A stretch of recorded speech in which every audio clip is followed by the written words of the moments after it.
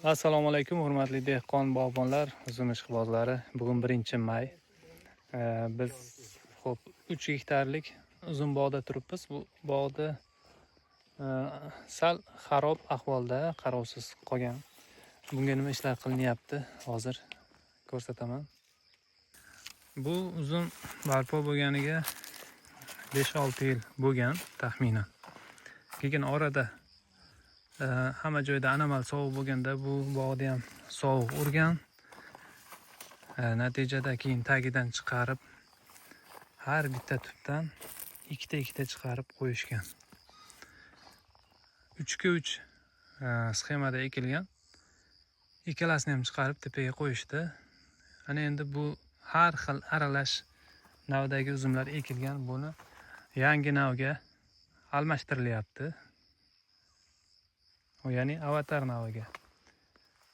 Nima ish qilyapmiz bu yerda?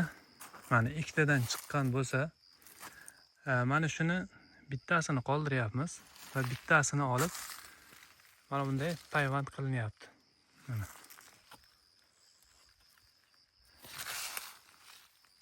Xo'p, mana shu bittaga 4 dona qilib payvand qilyapmiz, bittasini qoldiryapmiz. Buni shu yil yotqizib baylaydi, bitta yarimta hosili bor, hosilini oladi ham. Mana bu payvandga sal shabadasi tegib turadi, salqini. Bu ko'klab kuzgacha qilgan payvandlarimiz xudo xolasa navdasi o'sib, navda pishib qolsa, kelasi yilga bu navdalar tarqatib baylanadi. Mana bu eski nima esa tagidan olib tashlanadi. Deyarli 95% mana shunaqangi. Hop, ikkitadan chiqarilgan.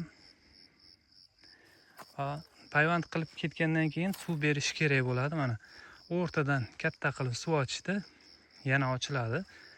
Nima uchun uzumni tagidan ochmagan desangiz, uzumni tagini katta ochib dori, go'ng tashlangan, keyin ko'milgan.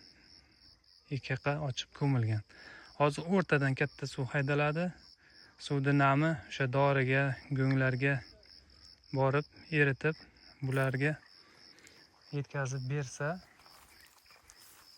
ta'siri bo'ladi. Xulosa shu maqsadda qilingan. 1-2 suvdan keyin tagidan ariq ochib qo'yiladi. Aslida shu o'rtadan suv ochgani ham ma'qul, chunki bularning oralari yaqin bir-biriga. Ya'ni 3 metrga ekilganda, agar 6 metrga ekilganda buni tagrog'idan ariq ochib chiqish kerak bo'lardi. Yerlari yaxshi, unumdor yer. Oyoqni bossangiz kirib ketadi, juda yumshoq. Qum-pol yer deydi, shunaqa. Faqat uzumlar qarovsiz qolgan. Uzumni endi ekib qo'ygan bilan o'zidan-o'zi bog' bo'lmaydi. Xudo xolasa chiroyli qilib mana shuni avatar naviga o'tkazib bir chiroyli bog' holatiga keltirib beramiz. Mana shunaqangi qarovsiz yoki boshqa mahalliy navlarda bo'lgan bog'larni boshqa navga, yangi navlarga o'zgartirish mana shunaqa vaqtda bo'ladi. Kech bo'ldimi degan savol paydo bo'lishi mumkin. Kech emas. Ayni vaqti bundan sal ilgariroq boshlanadi. Ya'ni 20-apreldan payvand qilish boshlanadi. Hozir qilsa bo'laveradi. Demak, mana shu daraxtni tagrog'iga, atrofiga, deylik mana shu holatdagi daraxtga 4-5 ta aylantirib payvand qilib qo'yiladi.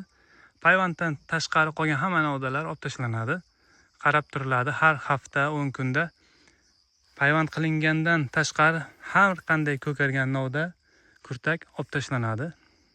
Shunga e'tibor berib turilsa, bu shu navdalar o'sib to kuzga qadar navdalari pishadi. Kelasi yilga keyin mana shu daraxtdan o'sha yangi nav ulagan bo'lsangiz, avatar ulagan bo'lsangiz, kelasi yilga xudo xolasa avatar hosilini yeyish nasib qiladi. Ya'ni ekib qo'ygan bo'lsangiz, ya'ni mahalliy uzumlardan boshqa ko'chat ekib parvarish qilib 3 yilda hosil olgandan tayyor daraxt bo'lsa, shuni o'ziga hozirgi paytda payvand qilib 1 yilda ichida hosilini olsangiz bo'ladi.